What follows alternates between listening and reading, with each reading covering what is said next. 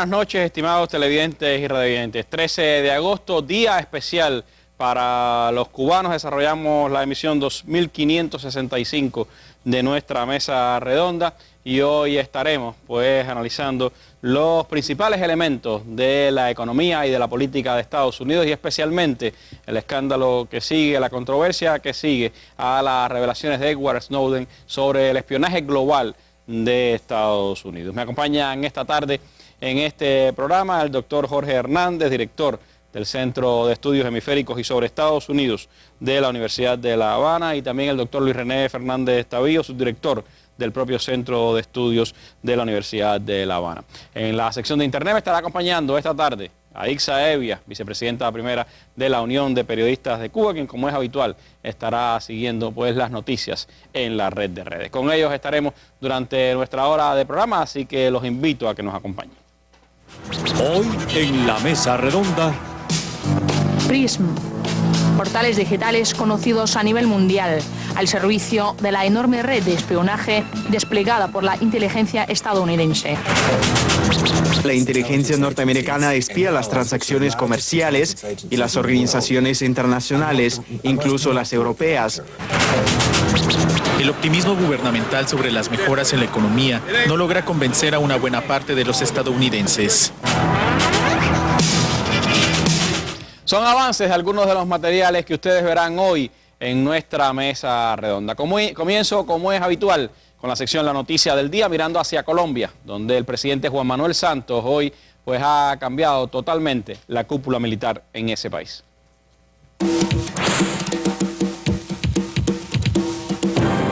Colombia tiene nuevos cargos al frente de la cúpula militar y policial. El anuncio lo dio este lunes el presidente Juan Manuel Santos durante la visita del secretario de Estado de los Estados Unidos, John Kerry. La renovación natural del liderazgo que caracteriza a las Fuerzas Armadas y el compromiso de continuar dinamizando los resultados de la estrategia de seguridad que nos ha permitido construir un país más seguro son las razones que dan lugar al cambio de la cúpula militar y policial que hoy se anuncia. Luego de casi 2 años de resultados contundentes, incontrovertibles. Estos cambios que se dan en Colombia se dan en el marco de una visita. Ayer el secretario de Estado de Estados Unidos, John Kerry, se reunió con Juan Manuel Santos y también con la canciller, con la responsable de las relaciones exteriores del país.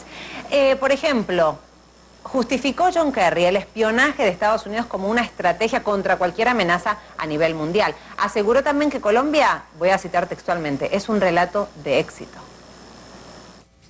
Bueno, así han estado señalando las agencias internacionales y en este caso especialmente la televisora Telesur, este cambio en la cúpula militar en Colombia en medio de una situación especialmente particular para ese país cuando se están celebrando conversaciones de paz y hay pues diversos conflictos abiertos en esa nación. Importante noticia del día de hoy, con ella comenzamos nuestra mirada ahora hacia los Estados Unidos, la economía, el espionaje y otros dilemas en esa nación.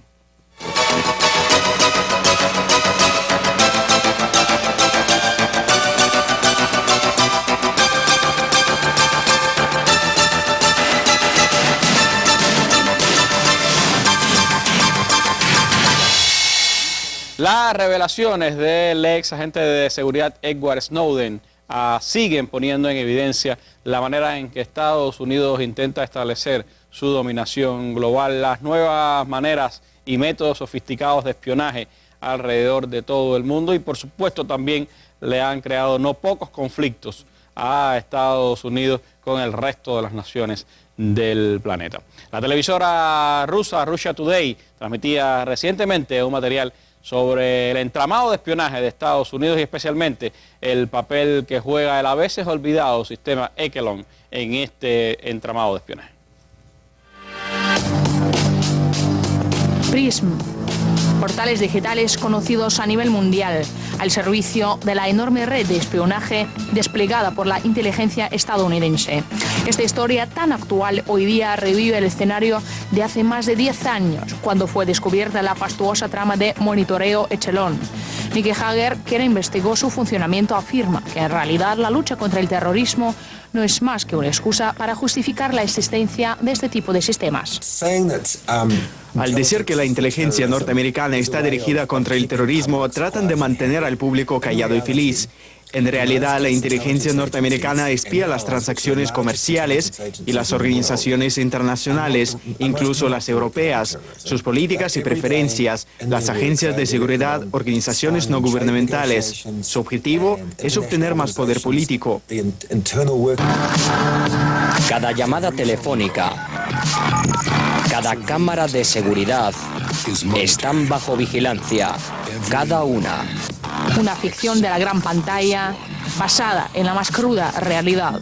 El sistema Echelon, creado en la época de la Guerra Fría por Estados Unidos para controlar las comunicaciones militares y diplomáticas de la Unión Soviética, todavía funciona y mantiene bajo su control el 90% de las comunicaciones a nivel mundial. Además, dispone de al menos 120 estaciones fijas y satélites geoestacionarios. La red de espionaje masivo, conocida como Cinco Ojos, es capaz de interceptar al menos 3.000 millones de llamadas telefónicas, faxes e emails cada día. Las bases y satélites están instalados por todo el mundo, empezando por las grandes redes de complejos en Estados Unidos y Canadá, Reino Unido hasta Australia o Nueva Zelanda. Un sistema que, según las pruebas recopiladas en Europa, ha servido a Estados Unidos para anticiparse en operaciones comerciales y para conocer detalles de los emprendimientos económicos. Pero lo más asombroso es que este método de enormes posibilidades de monitoreo ahora parece estar completamente olvidado. No sé bien de qué es el programa. Pues no dicen mucho. No, yo no conozco el programa CRISMA ni el otro no. No tengo mucha información de eso. Porque les convenía, porque todos se espían, así de sencillo. Se lo callan pues porque les conviene. A nadie le gusta que nos espíen. Simplemente lo han tapado, han dejado que pase la tormenta, pero claro que lo saben. Una realidad a la que resulta bastante difícil oponerse. ¿Qué podemos hacer? Pues a través de esas mismas armas, las redes sociales, concienciar pues a la gente que tiene menos conocimientos tecnológicos de la importancia de esto, de pelear, manifestar nuestro descontento en la calle, en redes sociales y con nuestros medios. Pero no olvidemos que ya nos están espiando. Hay una inversión multimillonaria de muchísimas cifras invertida en estos equipos, pero mucho más no podemos hacer, solo tomar conciencia y actuar en consecuencia. Así, pese a la gran envergadura que tuvo el escándalo de Echelon, este no ha cesado su actividad y sigue espiando y recopilando millones de datos. Algo que quizás se repita con el caso del PRISM, aclarando que para muchos estados es prioritario seguir entrometiéndose en la privacidad de sus ciudadanos para sacar una información que solo les retribuirá beneficios a los estados y no a la población a la que ocultan que la siguen espiando. Bueno, así lo reflejaba Russia Today en este material. Las revelaciones, los documentos que siguen saliendo a la luz, pues han obligado a tomar medidas a la Agencia de Seguridad Nacional, NSA, de los Estados Unidos. Una información del pasado 9 de agosto señalaba que para prevenir más filtraciones de datos secretos, la NSA ha decidido reemplazar a casi todos los administradores de redes por sistemas informáticos. Lo que estamos tramitando, no bastante rápido, es recortar nuestra plantilla de administradores de sistemas en un 90%, dijo el general Keith Alexander durante una conferencia cibernética. Actualmente la NSA cuenta con unos 1.000 administradores de sistemas y uno de ellos pues era Edward Snowden, quien mantenía esa posición a través de un contrato con la NSA. Así se ha estado reflejando los movimientos también que ha provocado todas estas revelaciones. Y me gustaría, Jorge, escuchar tu percepción, qué impacto sigue teniendo toda esta revelación en la política norteamericana, en su mirada hacia los ciudadanos y también en las relaciones exteriores de los Estados Unidos. Es un tema de esos que han tenido un impacto en el momento en que se despliega la situación, pero que se han mantenido en el centro del debate.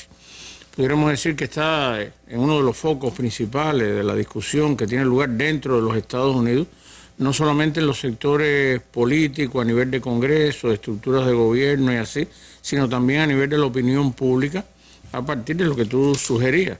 Es decir, el tema de las filtraciones, las revelaciones, constituyen una especie de pauta o de ciclo que se reitera en la historia contemporánea de los Estados Unidos. Casi siempre hay algún hecho significativo que de manera escandalosa lleva consigo filtraciones, informaciones secretas, confidencias que salen a la luz pública y que de alguna manera como que contradicen, entran en contradicción, chocan con los valores, con los pilares ideológicos y culturales sobre los que se sostiene la nación. Y es que el valor de la democracia, el sentido del respeto a los derechos ciudadanos, como se entiende esto en los Estados Unidos, una sociedad con una gran carga histórica de individualismo, de apego a la propiedad privada, el respeto a la privacidad es algo como que sagrado. Y los estadounidenses han visto esto muy afectado. Bueno, lo vivieron en parte en los años del macartismo, en la década de 1950, cuando la construcción de la amenaza era el comunismo y la amenaza interna, y después de los atentados terroristas del 11 de septiembre, al calor de la estrategia de seguridad nacional, de la llamada ley patriótica, hay una injerencia, un intrusismo por parte del gobierno en la vida de los ciudadanos, controlándose todo. La vida privada ha quedado echada de un lado y los norteamericanos, el ciudadano promedio, el hombre de a pie ha terminado por aceptar esto en buena medida porque la justificación es que se le está protegiendo.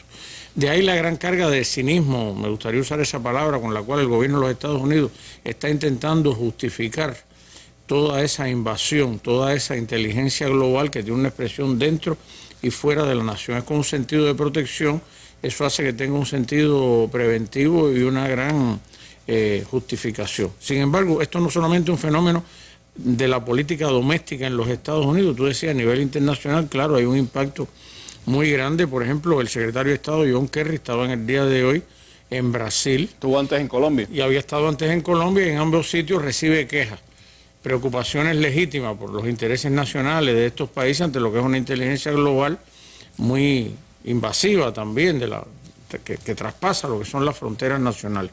El argumento siempre es el mismo. En Alemania se empezó a hablar por su parte de la gestación de un acuerdo de inteligencia con el ánimo de poder controlar toda la actividad de espionaje estadounidense en lo que afectara a esta nación de la arena europea. Por tanto, estamos en presencia y se ha tenido como un punto de fricción muy importante en las relaciones entre Rusia y Estados Unidos, que ha llevado incluso al presidente Obama a cancelar su visita oficial a Rusia. Incluso irá a la cumbre de los 8, pero no hará la visita oficial. Incluso él ha mencionado en parte que, bueno, esto es un hecho, algo fortuito, pero que de todas maneras había ciertas reservas con las posiciones soviéticas, lo cual es entendible. Hay una dinámica de conflicto por lo que representó históricamente la Unión Soviética y los propios imperativos. La cierta vocación esta de presencia mundial o de poderío internacional que tiene Rusia, y todo esto es preocupante para los Estados Unidos. Obama se aferra quizás a esto en parte como argumento, pero en parte como realidad también, y no hay duda que estamos entonces en presencia de una situación que es muy polémica. Obama insiste en que el objetivo de su gobierno no es espiar a los ciudadanos ni a otras naciones, es encontrar, detectar información que pueda ser utilizada en contra de los intereses de la nación estadounidense. Pero sin embargo, lo que se ha revelado demuestra que más que los objetivos terroristas han espiado a sus aliados comerciales, han espiado a los mandatarios presentes en las grandes cumbres. Sí, lo que salía en las imágenes que se proyectaban al inicio da idea, da cuenta de que hay una arquitectura de poder mundial y donde la tecnología, la internet y todos estos dispositivos tecnológicos están en función de la búsqueda de información, pero con objetivos de dominación. Y desde luego en un mundo, en un océano internacional que es capitalista, Estados Unidos sigue ocupando el liderazgo, el sitio hegemónico dentro de ese sistema, y el que es dominante en la arena económica y en la arena militar, e impone todo esto también en las demás esferas de la vida. Y hay un elemento muy importante que es cuando se habla de información, de capacidad de traslado de mensajes, de manipulación, porque en todo esto hay toda una gran manipulación. Están las revelaciones, pero hay como una manipulación, un manejo mediático de todo eso. Todo eso se conecta con la esfera de la cultura. Estamos en presencia de un mundo, estamos en un escenario mundial muy globalizado, muy impregnado de desarrollos tecnológicos, y todo eso es mucho más que informaciones sueltas, que datos en un tablero de informaciones, de registro de hechos que puedan ser utilizados con fines de inteligencia en beneficio de actividades militares o en beneficio de la diplomacia. Es todo el alimento de un sistema cultural donde se moldean los valores, y en este caso termino subrayando esta idea, el valor de la democracia estadounidense, del respeto a los derechos individuales, prácticamente se ven pisoteados por todo eso. Por eso siempre me gusta tener en cuenta aquella frase de Fidel cuando en algún momento decía, lo decía para nosotros los cubanos, pero refleja la importancia mundial, universal de la cultura. Él dijo en algún momento, atribuyéndole toda esta significación, la cultura es lo primero que hay que salvar. No sé si fue un congreso de la OPEC o de la UNIAC o algo así. Y esto tiene una importancia tremenda. Lo que está en juego hoy en día, al hablarse de hegemonía de Estados Unidos, es también la cultura capitalista occidental estadounidense que se quiere imponer y establecerlo como rasero para regular cualquier cosa. Estados Unidos, lo cierto es que ha demostrado, si bien se sabía, por supuesto que espiaba los alcances, los límites a los que esto ha llegado, dan la medida de que no respeta ni aliados ni adversarios, que ellos son el poder, o intentan ser el poder indiscutible y por lo tanto asumen todas las posibilidades de saber cómo actúan los demás y cómo tratar de manipularlos para que actúen en favor de los intereses norteamericanos. Y en eso, Luis René, se alía el poder político y el poder económico, porque estamos viendo cómo las grandes empresas de las nuevas tecnologías, las grandes empresas de la Internet son factores claves a la hora de que Estados Unidos desarrolle este sistema global de espionaje. Sí, sin duda. En la historia del capitalismo y del sistema político y económico en Estados Unidos, desde muy temprano la relación entre los monopolios de una parte y el gobierno es muy estrecha. Se trata con distintos términos, capitalismo monopolista de Estado, la relación de los monopolios con las empresas, y hay un término que se utiliza mucho en la literatura norteamericana que le llaman el triángulo de hierro, y se usa a veces para referirse a la relación de estas corporaciones principales contratistas de la defensa con los lobbies que tienen que ver con esos gastos y con el gobierno, el Congreso, los lobbies, el mecanismo, las corporaciones, los comités y los lobbies hacen como un triángulo. Y hay una relación ahí que va funcionando y hay una serie de mecanismos que haría muy largo la explicación. En este caso se expresa la misma relación. Es decir, de una parte está todo este sistema que, visto de otra perspectiva de política exterior, puede considerarse como un instrumento de política exterior, pero que para las propias corporaciones y los monopolios es un importante sector de la economía norteamericana, donde sin duda tienen un liderazgo tremendo que tiene que ver con todas las tecnologías de la información, las bases de datos, y por supuesto, arriba de eso, y en esta relación tan estrecha, pues naturalmente aquí se dio una reunión del presidente norteamericano Barack Obama con una serie de importantísimas corporaciones. ¿Esta misma semana? Sí, el 9 de agosto, reportaba Reuters, Apple, AT&T y bueno, monstruos. Estos son grandes, grandísimas y corporaciones norteamericanas, y por supuesto hay una preocupación porque naturalmente ellos tienen me refiero a las corporaciones, tienen su competencia comercial, tienen sus intereses en todas las relaciones de este tipo, el control de los mercados, y a la vez está la posible afectación o la afectación que esto tiene que ver al develarse esta información, que entonces las redes no son seguras. El ciudadano común y corriente puede decir, bueno, quizás no suscribo este servicio o este otro porque es un peligro para mi propia seguridad. No me pues lo que se ha revelado es que todas esas empresas le servían. Lo irónico de esto es que utilizaba el gobierno de Estados Unidos el dinero del contribuyente, es decir, de la población, para pagarle a estas grandes empresas para que le espiaran en su nombre. Y después estas grandes empresas pues le suministraban información al gobierno de Estados Unidos. Pero ellas también se beneficiaban porque el espionaje no es solo los individuos, hay espionaje a las empresas competidoras. Claro, tiene valor en todas las tres esferas. O sea, el gobierno, la agencia de seguridad, lo utiliza en su provecho. Las empresas tienen enormes ganancias y a la vez tienen una relación ahí donde esta actividad queda cubierta a partir de leyes, del discurso político, pero bueno, entra en este conflicto a partir de que se revela, se da a conocer por este caso del excontratista que había aquí muchas cosas que realmente pueden afectar tanto la actividad comercial como las relaciones políticas que se refería Jorge anteriormente, ¿no? Que son los dos, digamos, dos partes de este asunto, pero que va más allá. Lo que demuestra también un poco la falsedad de ese sistema en el que el libre mercado, la libre empresa, la separación supuesta de poderes, en la práctica el poder monopólico económico es el que tiene el poder político y por lo tanto se complementan uno y otro. Y se pudiera decir que expresa también la gran hipocresía del lenguaje político estadounidense, porque este es como un espionaje bueno, que es defensivo, que es para proteger a los ciudadanos. El espionaje que han querido achacar a países como Cuba, que de manera defensiva lleva a cabo acciones para encontrar al terrorista en Estados Unidos, el caso de nuestros heroicos 5 jóvenes presos ahí todavía, ¿verdad? Ese es el espionaje malo, el supuesto espionaje que lo califican como malo, porque beneficia a los intereses de quién, de países que quieren libertad, que quieren autonomía. Es el doble discurso, la doble moral, lo que se le suele llamar el doble estándar de la política estadounidense. Bueno, sobre este tema tan interesante, el espionaje, el impacto que tiene en la política norteamericana hacia adentro y también hacia afuera de esa nación, les propongo ahora pues escuchar la opinión de un avezado especialista. Estamos en contacto telefónico desde nuestro Centro de Operaciones Internacionales con el doctor Piero Gleijeses, historiador, especialista en relaciones exteriores y profesor de la Universidad Johns Hopkins de los Estados Unidos. Sí, efectivamente, hemos hecho contacto telefónico en Washington, D.C. con Piero Gleijeses, profesor de Política Exterior de la Universidad Johns Hopkins.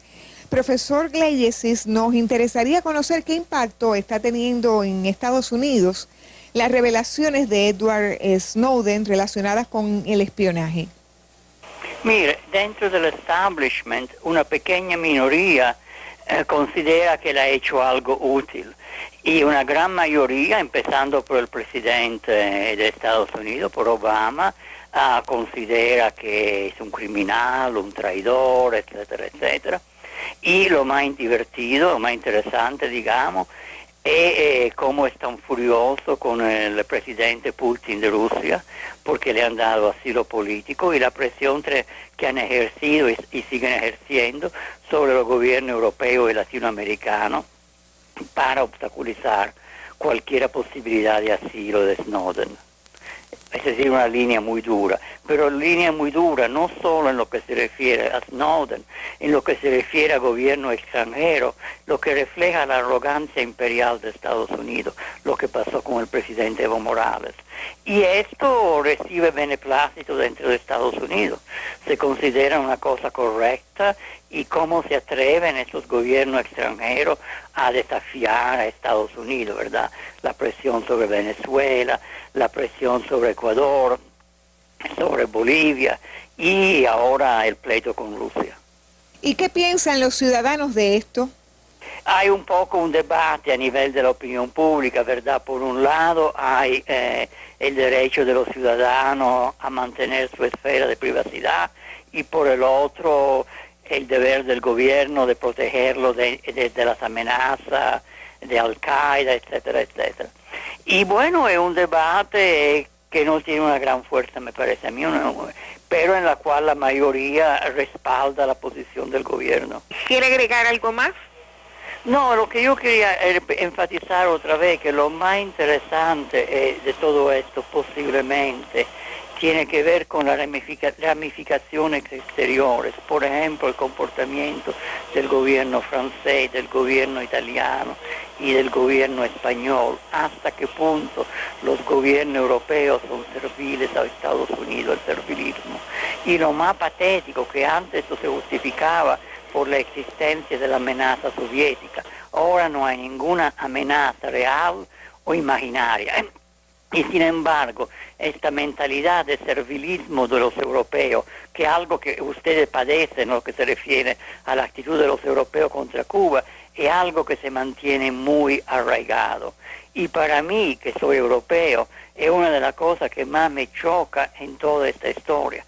Ver un gobierno como el gobierno francés, que en algún momento tuvo actitudes independientes frente a Estados Unidos, caer en un servilismo vergonzoso.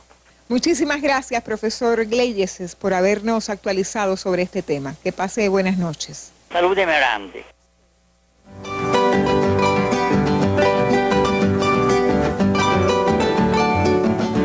El campeón olímpico es Fidel. Lo que pasa es que él es muy generoso.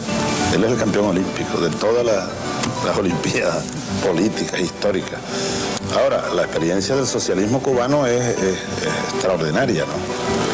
El Venezuela está apenas Apenas hemos puesto como el azimut en la brújula, dirección al socialismo. Un cambio de 180 grados, porque íbamos rumbo, bueno, neoliberalismo, capitalismo e imperialismo, pues, unos esclavos, una colonia del sistema imperialista. Ahora, bueno, es el giro radical, ¿no?, de 180 grados rumbo al socialismo. Yo cada día estoy más convencido de que sí, porque además lo estoy viendo. Fíjate que la propuesta socialista de lo que nosotros hemos dado en llamar el socialismo del siglo XXI, y estamos desarrollando, leyendo, estudiando mucho y sobre la marcha, desarrollando, oyendo, experimentando. Este detalle indica mucho. Hace 10 años atrás, y así fue durante el siglo XX. Tú le preguntabas a los venezolanos, una encuesta seria, sus opiniones sobre el socialismo. A favor del socialismo, casi nunca pasó del 10-12%.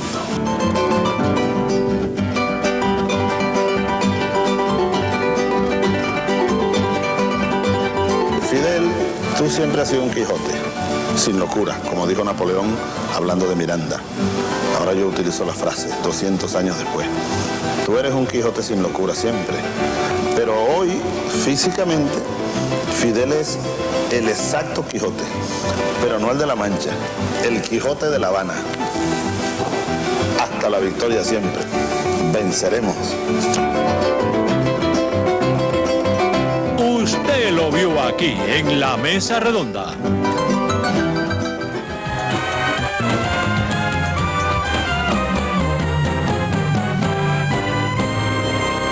Dos grandes hombres emparentados por la historia y recordados aquí en esta mesa redonda, declaraciones del presidente Chávez hace ya 7 años a este programa. Y hablando de la situación en Estados Unidos, por supuesto, el impacto de las medidas económicas de las últimas jornadas, de las últimas semanas, los discursos del presidente Barack Obama, pero sobre todo la noticia de la quiebra de grandes ciudades como Detroit, pues han estado volviendo a poner en el centro de la opinión pública el estado de la economía de ese país. Les propongo ver este material de la hermana cadena Telesur para después estar hablando sobre el tema de la economía norteamericana. El optimismo gubernamental sobre las mejoras en la economía no logra convencer a una buena parte de los estadounidenses. Creo que está peor que hace 5 años. Regresé a Washington y el costo de la vida es más caro y nos hemos quedado atrás. Las oportunidades disponibles son pocas. Ha aumentado la deuda, desperdiciamos mucho dinero. Y sí, entiendo que debe haber más gasto doméstico. No quiero que el gobierno haga recortes, pero sí que deje de gastar en aquello que afecta a nuestros intereses. De otro lado, hay quienes miran con buenos ojos la gestión del presidente Barack Obama en este tema. Sí, hay bastante gente que no tiene empleo, pero está mejor que antes y sigue mejorando. Para el mandatario, la recuperación depende de las decisiones políticas que se adopten en los próximos meses cuando se discuta el presupuesto para 2014. Y vamos a necesitar que los republicanos en el Congreso dejen de lado la política de corto plazo y trabajen conmigo para encontrar un terreno común. El Congreso deberá decidir sobre elevar o mantener los topes de endeudamiento gubernamental, mientras la Reserva Federal evaluará la continuación de programas de estímulo y los mecanismos para mantener a flote la economía. Probablemente las compras de bonos van a parar en el año 2014 y las tasas de interés van a empezar a subir en el año 2015. Y es que el indicador que él tiene en mente es el desempleo. También están en juego los programas de apoyo a la clase media que por estos días promociona el presidente por todo el país. Pero sin duda uno de los retos mayores continúa siendo la reducción del desempleo, que aún se ubica muy por encima de la meta fijada por la Reserva Federal en un 6.5%. Bueno, era la visión del corresponsal de Telesur en Washington sobre el impacto que está teniendo la situación económica. Y sin duda, Luis René, pues hay muchas dudas. El hecho de que grandes ciudades como Detroit o incluso Nueva York, que está amenazada, según su alcalde, de también la posible quiebra, pues hacen dudar de cuánta solidez puede tener la economía norteamericana en estos momentos. ¿Cómo ves esa economía y cómo el presidente Obama está tratando de maniobrar en medio de estas tempestades? Bueno, en realidad la economía norteamericana técnicamente está en una fase de recuperación, pero una fase de recuperación tan lenta que importantes economistas como Stiglitz la denominan una fase depresiva, dado que los ritmos de crecimiento son tan bajos que no alcanza para que se recupere el desempleo a la velocidad que sería necesario. No obstante, ha habido pequeños avances en ese nivel, pero lo contradictorio, hay muchas cosas contradictorias. En realidad, la recuperación fuerte ocurrirá probablemente a partir del 2017, 2018, dicen la mayoría de los estudios, por las contradicciones que tiene la economía, la incapacidad de llevar a cabo una política fiscal expansiva que economistas keynesianos recomendarían por la lucha esta en el Congreso, por los recortes automáticos del presupuesto. Pero hay un elemento ya estructural que tiene que ver con la propia manera de funcionar el capitalismo y que en algunos trabajos se señala, y es el tema de la economía dividida, dual.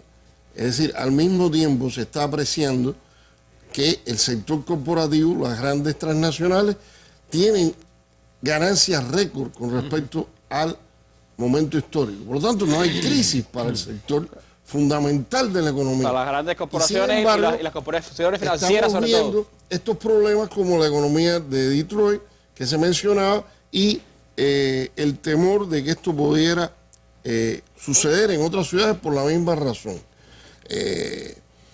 ¿Por qué? Porque el sector de los trabajadores está en condiciones muy deprimidas, los sectores más hispanos tienen niveles de desempleo, siguen teniendo niveles de desempleo muy elevados, los afro-norteamericanos, como siempre, tienen niveles del doble de lo que se está computando en general, y en este caso lo que ocurre es que hay bolsones también al interior de la sociedad norteamericana. Ha crecido la precariedad de desempleo, incluso en estos días veía hasta protestas de los trabajadores de los servicios de comida rápida. Sí, es muy difícil atraparlo todo aquí en la televisión, pero efectivamente los cambios estructurales de la economía norteamericana después de la Segunda Guerra Mundial, donde existía un sector de industrial grande, a una situación en que los trabajadores en esa esfera son mínimos, son cambios que pueden haber sido llevados a cabo en la economía norteamericana con apoyo del Estado, pero esa no ha sido la visión imperante desde la década de los años 80.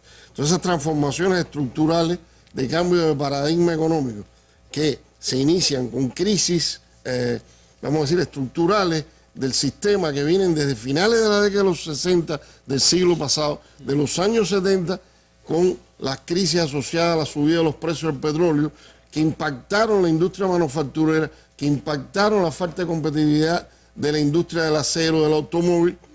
Eso es lo que ahora, acumulado a una crisis cíclica, se mezclan problemas estructurales de largo aliento, de un proceso complicado de transformación, con la última gran recesión financiera y económica 2007-2009 y su secuela, que no se logra resolver por la incapacidad del gobierno de aplicar una política fiscal a partir de los principios conservadores que está dominando desde hace ya algunas décadas el ámbito político, donde se tienen que discutir esos presupuestos, y lo que ha llevado aquí en otras mesas hemos discutido cómo el gobierno casi se cierra, el país se paraliza, que si se aprueba el presupuesto. Entonces hay un choque aquí de enfoque de cómo hacer de los intereses de las corporaciones, pero al final entonces las ciudades donde están concentrados estos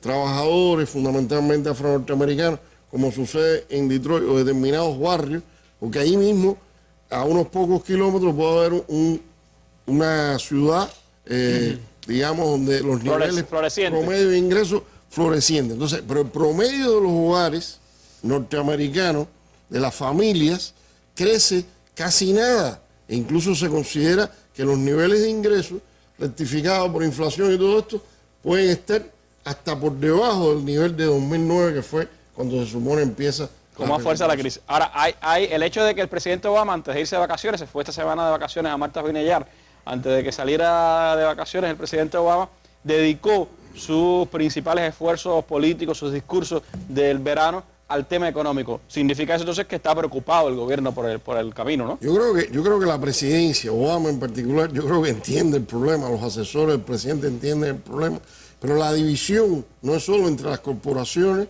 y los trabajadores, no es solo, es también el gobierno entre el presidente con una visión y la mayoría del Congreso.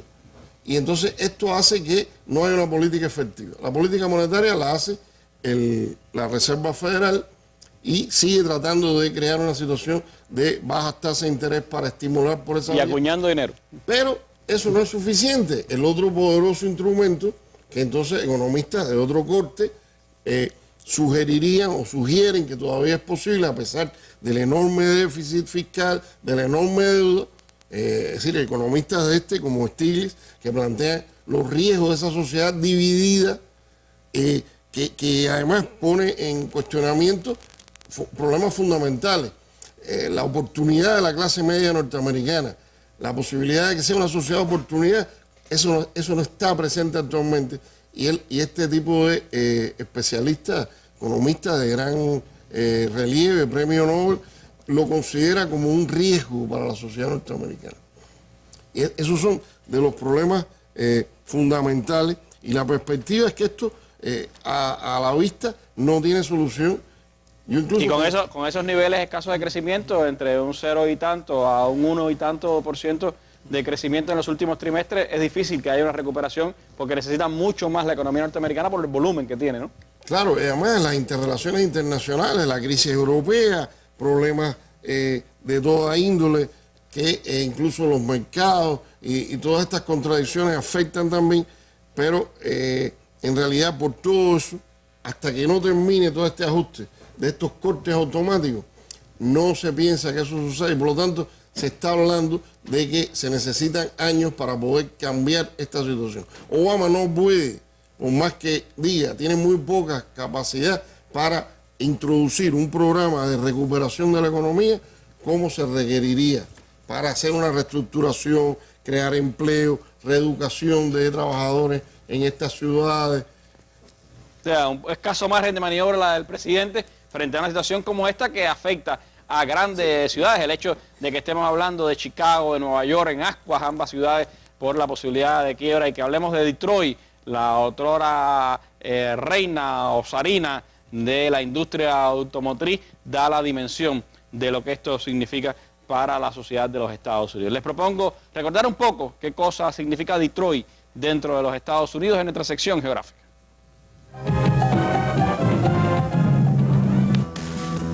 Reconocida como la ciudad de las bocinas, la música y el sueño americano, Detroit empezó siendo un asentamiento francés, más tarde perteneció a los Estados Unidos y comenzó a ser conocida por la fabricación de hornos y de puros.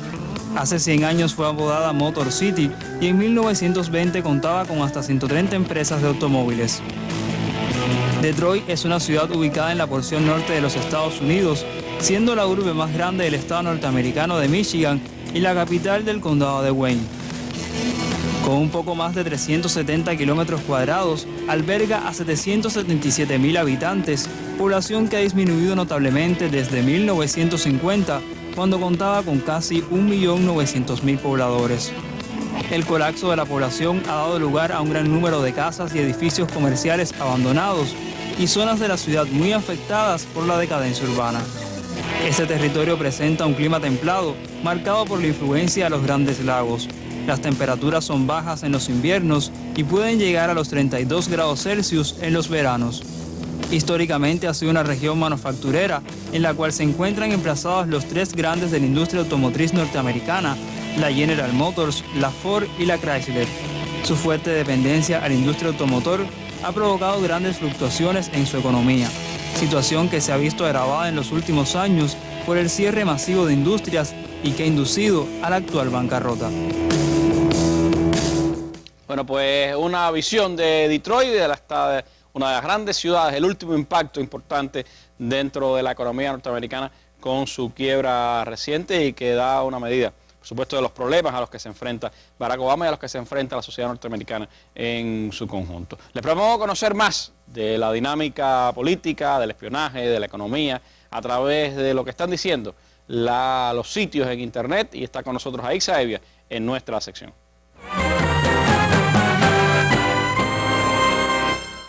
Sí, gracias. Buenas noches, efectivamente. Bueno, una rápida mirada a los temas económicos desde los sitios de noticias en Internet. Por ejemplo, vamos a ver, hoy se ha estado publicando por estos días el hecho de que Wall Street está a punto de hacer el mayor recorte laboral jamás visto hasta ahora.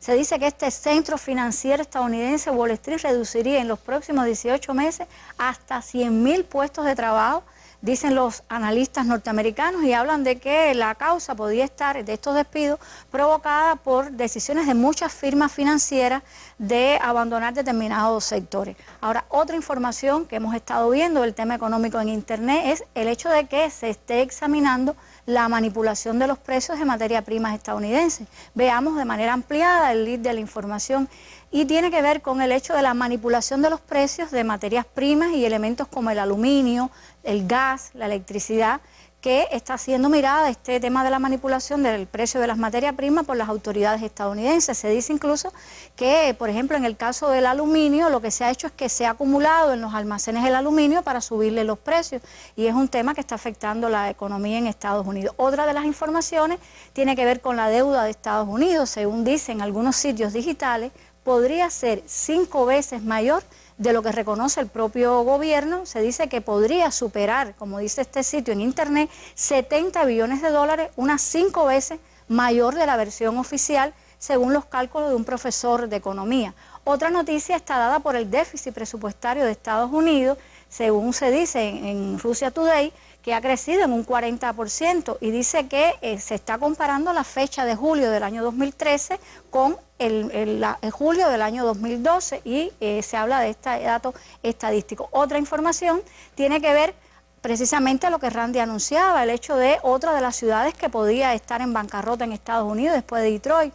Y según el propio alcalde, veamos la información, da a conocer el alcalde neoyorquino Michael Bloomberg que pronto podía estar en quiebra esta ciudad. Ha hablado de los gastos sociales que hay en la ciudad y del hecho de que ya se han tenido que despedir más de 2.000 maestros y profesores y empleados de educación a partir de la situación que tiene esta ciudad, y es la gran amenaza que existe en el caso de una nueva ciudad que podía estar en quiebra. Otra información estaría dada por la pobreza en Estados Unidos. Es un tema que de alguna manera siempre se ha estado informando. El 80% de los estadounidenses se asoma a la pobreza alguna vez en su vida, y se dice en esta información de manera ampliada. Veamos que, por ejemplo, el 80% de los estadounidenses ha estado desempleado más de un año, ha estado cerca de la pobreza o ha tenido que depender de la asistencia social por lo menos durante parte de su vida, lo que dibuja un sueño americano, dice esta información, entre comillas, difícil de alcanzar.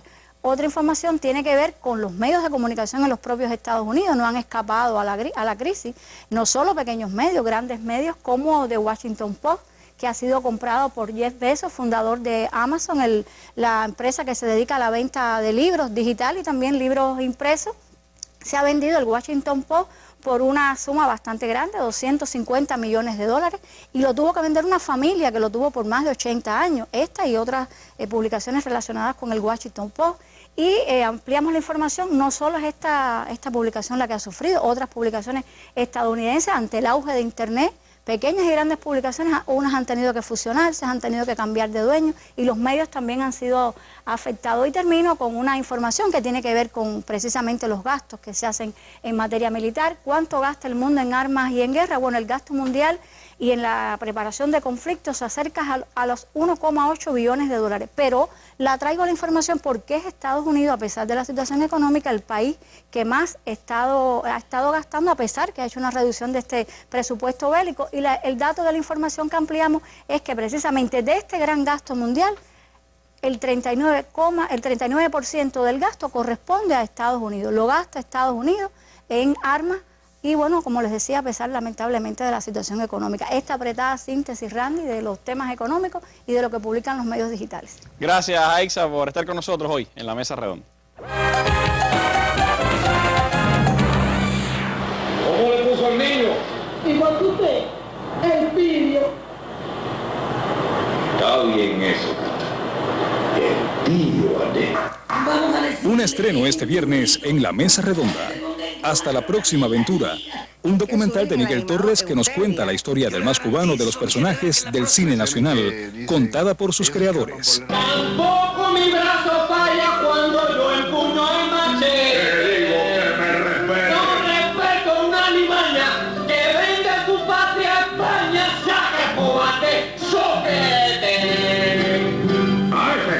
hombre.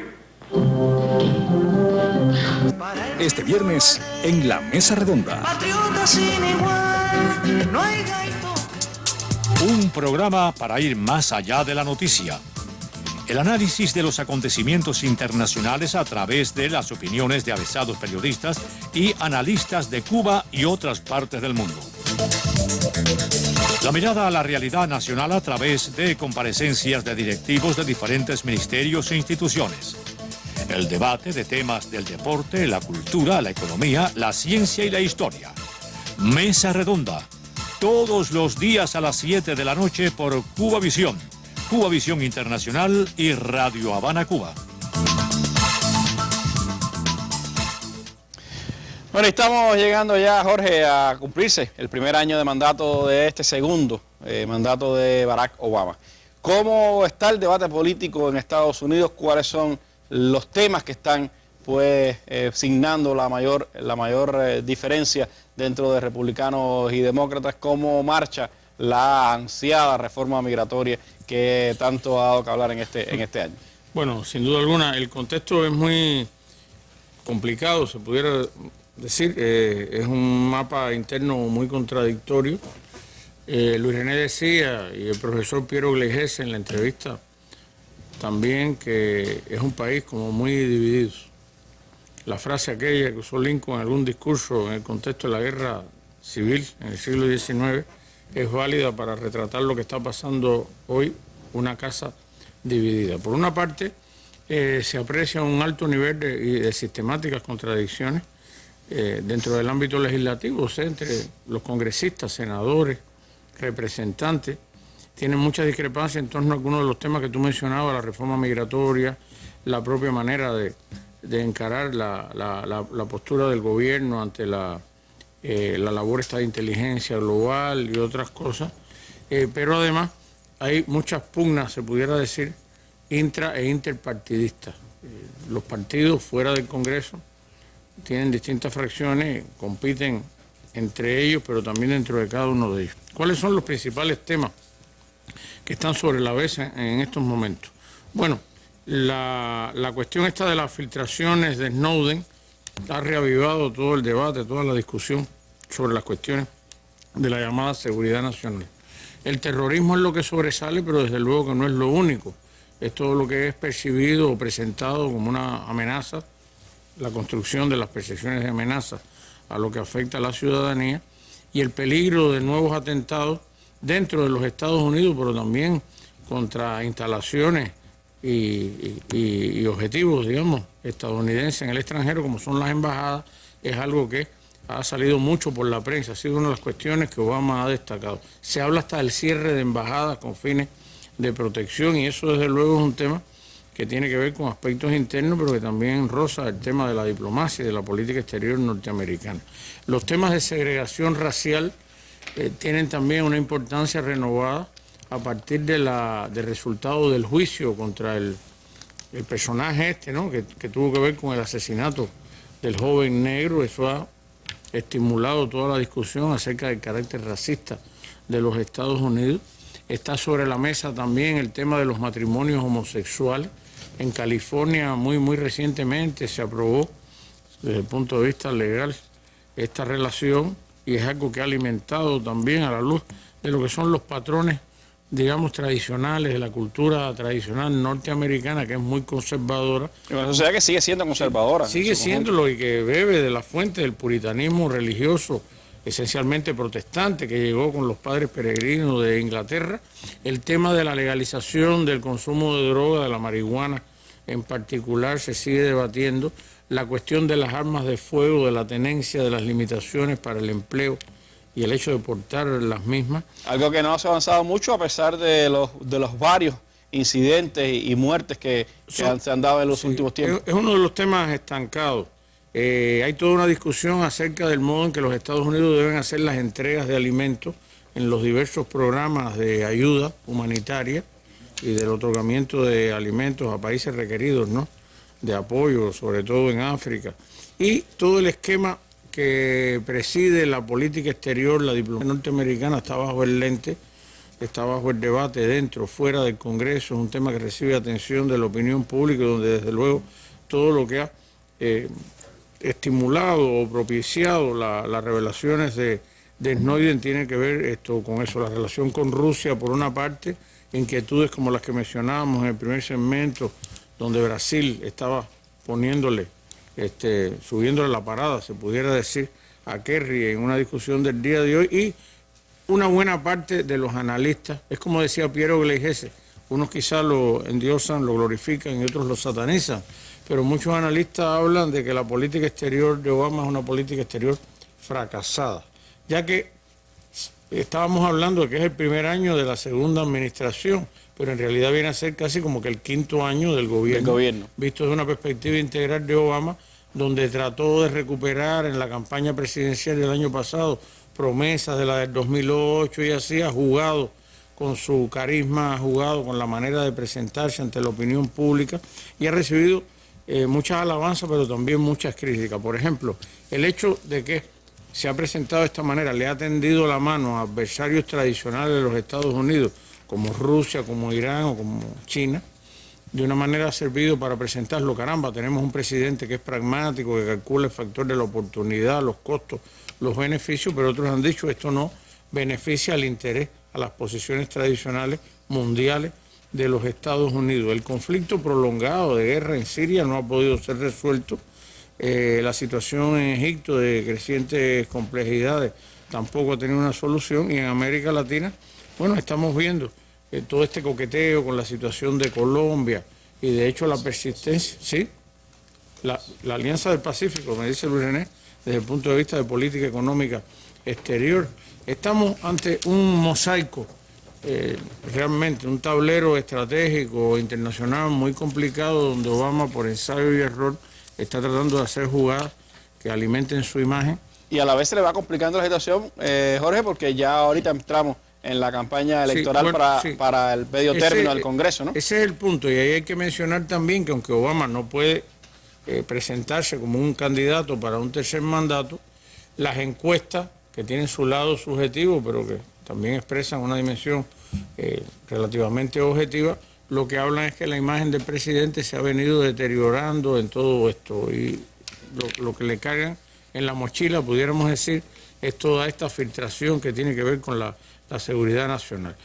Todo este debate lo que está apuntando es hacia una persistencia del carácter profunda, sostenidamente contradictorio que tiene la política norteamericana. Los Estados Unidos tienen retos que no pueden desentenderse de ellos.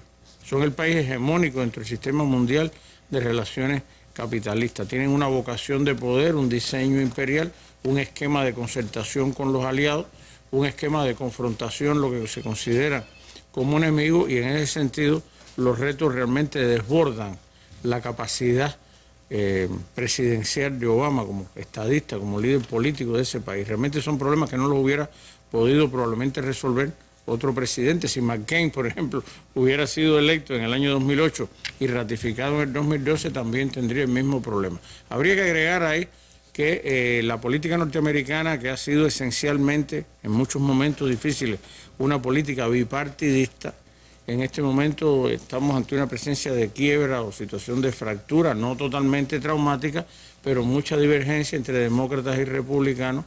No hay un enfoque en términos de razón de Estado para enfrentar muchas cosas. Eso es lo que se está viendo en los debates congresionales y se va a agudizar ahora cuando se entre de lleno en la campaña electoral, que es lo que domina la política de Estados Unidos para los próximos tiempos. Le agradezco muchísimo a Jorge y también pues a Luis René haberme acompañado esta noche acá en nuestra mesa redonda, ayudarnos a acercarnos a temas tan complejos de la realidad norteamericana, esenciales para conocer también cómo está funcionando el mundo, porque allí, como decía Jorge, está el centro hegemónico del poder imperial y, por supuesto, por allí, como andan las cosas por allí, andan también en parte las cosas por el mundo. Le agradezco muchísimo haber estado esta noche. A ustedes los invito a que nos acompañen esta misma noche, 10:30 de la noche, por el canal Educativo 2, nuestras transmisiones internacionales para Telesur, que hoy estaremos dedicando al 87 cumpleaños de Fidel, con una mesa redonda especial sobre este tema. Y me despido con nuestras imágenes del día, unas imágenes dedicadas a ese guerrillero del tiempo, soldado de las ideas,